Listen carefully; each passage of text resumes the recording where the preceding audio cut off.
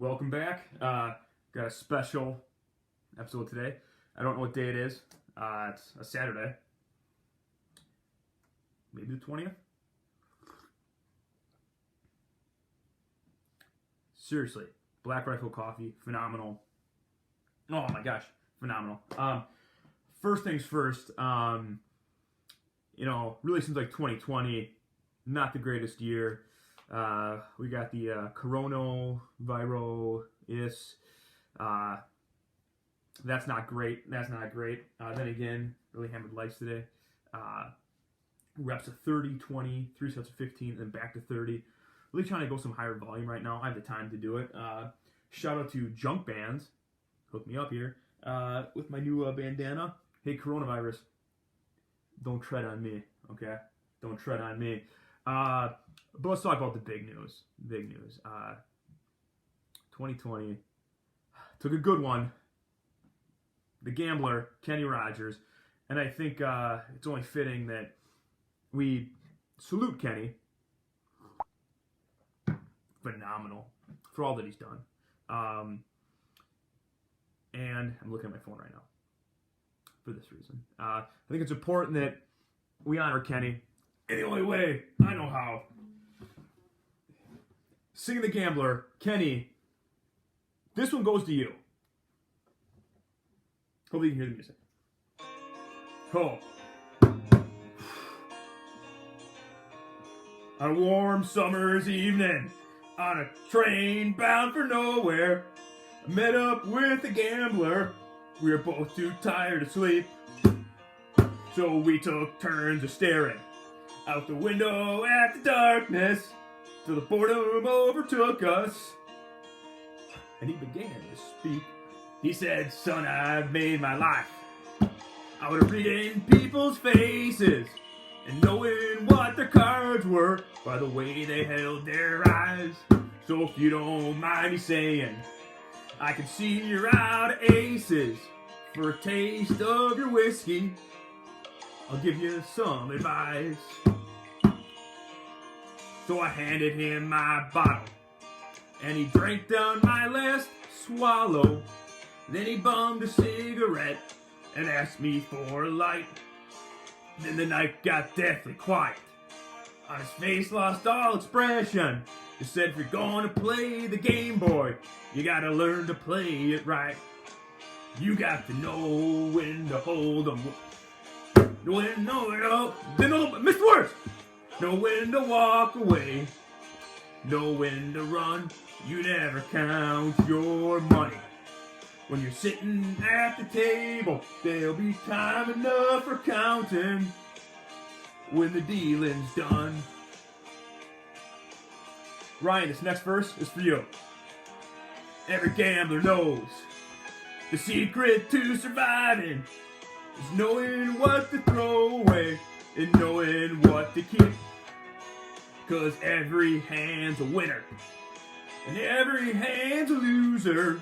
And the best that you can hope for is to die in your sleep. And when he finished speaking, he turned back toward the window, crushed out his cigarette, and faded off to sleep. And somewhere in the darkness, Kenny Rogers the gambler, he broke even. And in his final words, I found an ace that I could keep.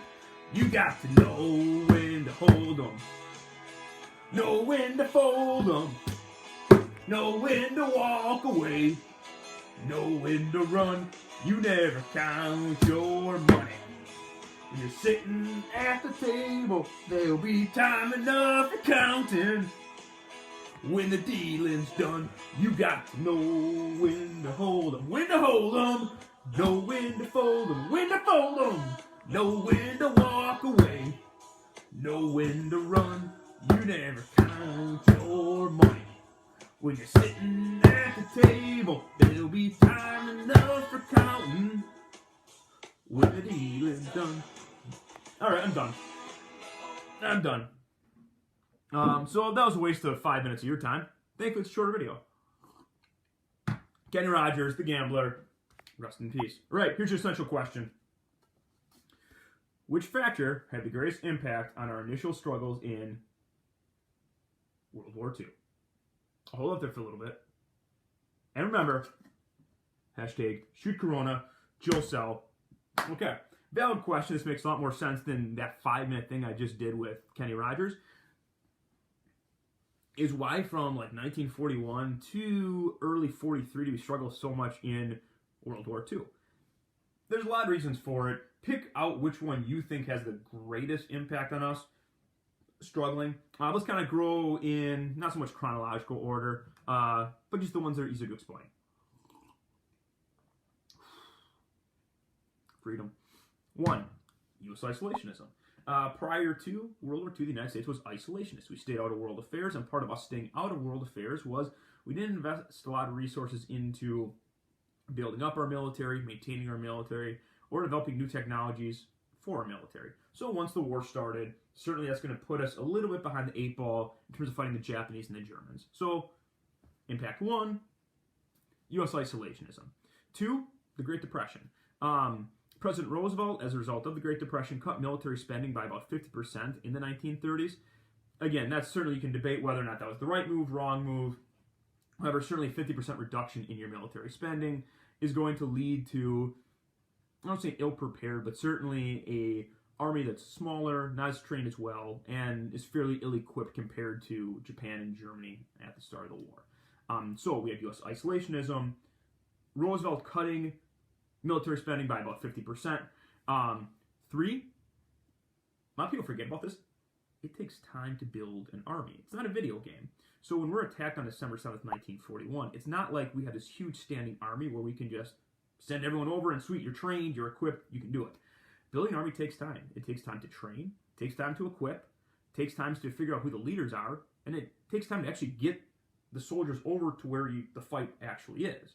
It happened a little quicker in the Pacific theater because the Japanese were a much greater threat to us immediately than the Germans were, but there's a reason why we actually don't get in the European theater of the war until 1943. It takes about a good year for us to get the soldiers, train the soldiers, equip the soldiers, and then get them over to, at first, North Africa to begin fighting the Germans. So it takes time to build a military.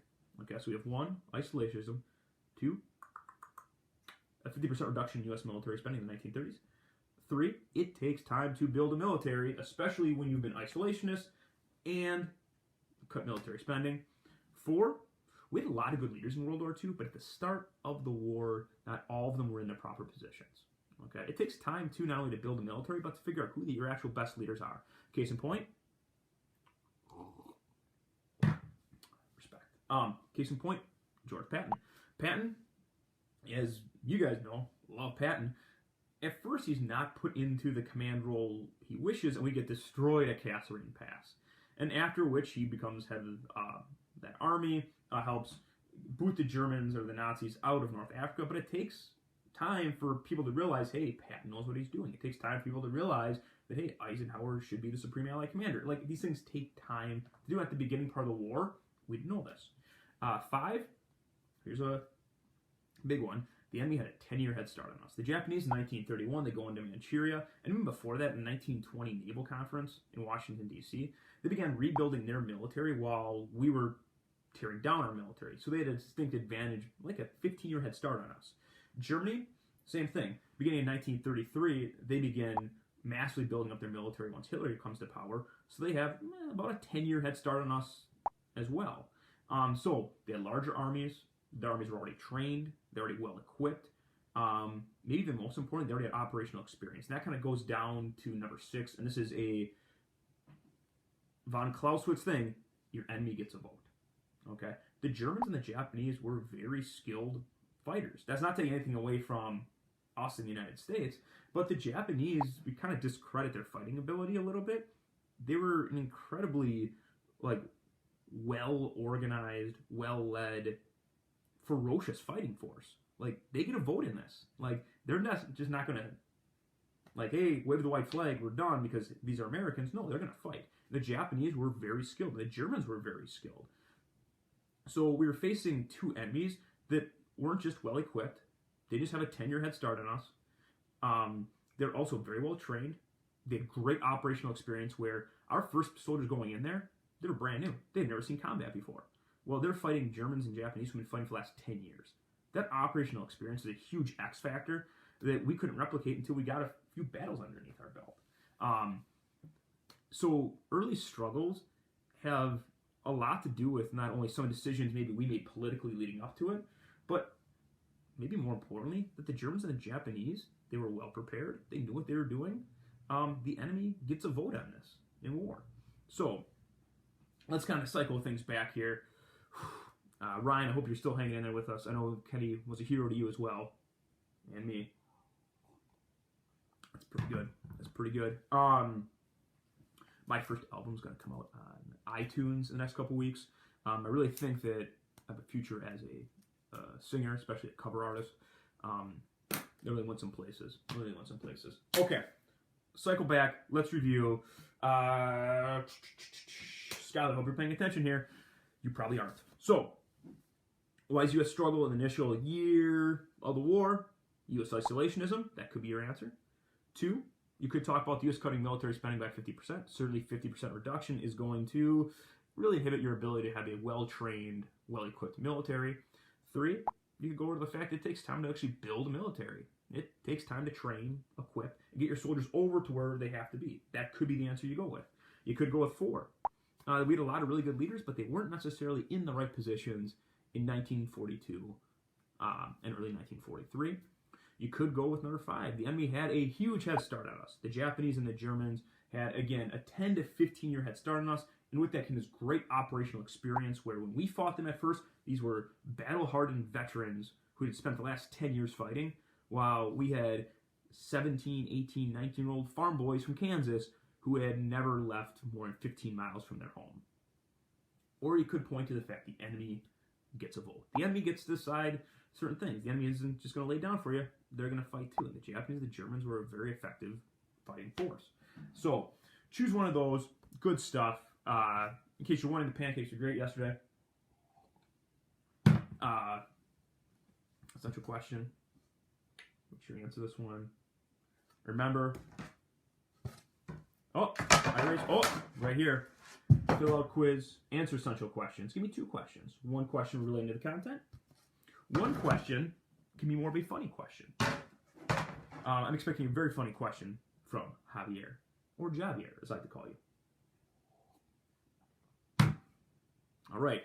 So, hopefully you guys having a good spring break. Stay safe. Number 1. 2, do a bunch of push-ups. The medical research now is really coming out that the more push-ups you do, the less likely you are to get coronavirus. Now, again, this research was done by me in my basement, but I'm pretty sure it's accurate. So, something to do. 3, wash your hands a lot. Minimum 20 seconds, so I'm on the safe side, 23 seconds. 23, Michael Jordan, the GOAT. Book review. Oh, man, I didn't grab a book. I'm looking at my books right now. Here, I'll show this to you. Books. TV books. Let's go with...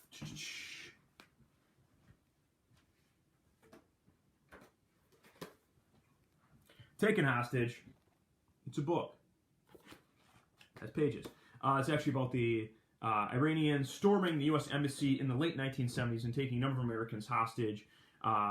Very interesting book. It just some of the failures of the Carter administration dealing with radical Islam in the late 1970s.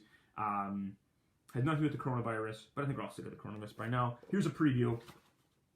When David Rockefeller, grandson of John D. Rockefeller, and president of the Chase Manhattan Bank arrived.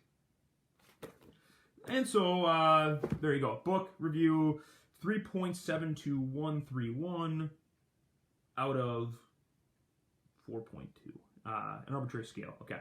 So, answer the questions. Yeah, do that. Submit that form. Awesome. And set up a Zoom account. Do some video conferencing. I think you'll enjoy it. Technology. It's great. It's great. So, you guys have a good rest of your day. Enjoy the day. I got nothing else.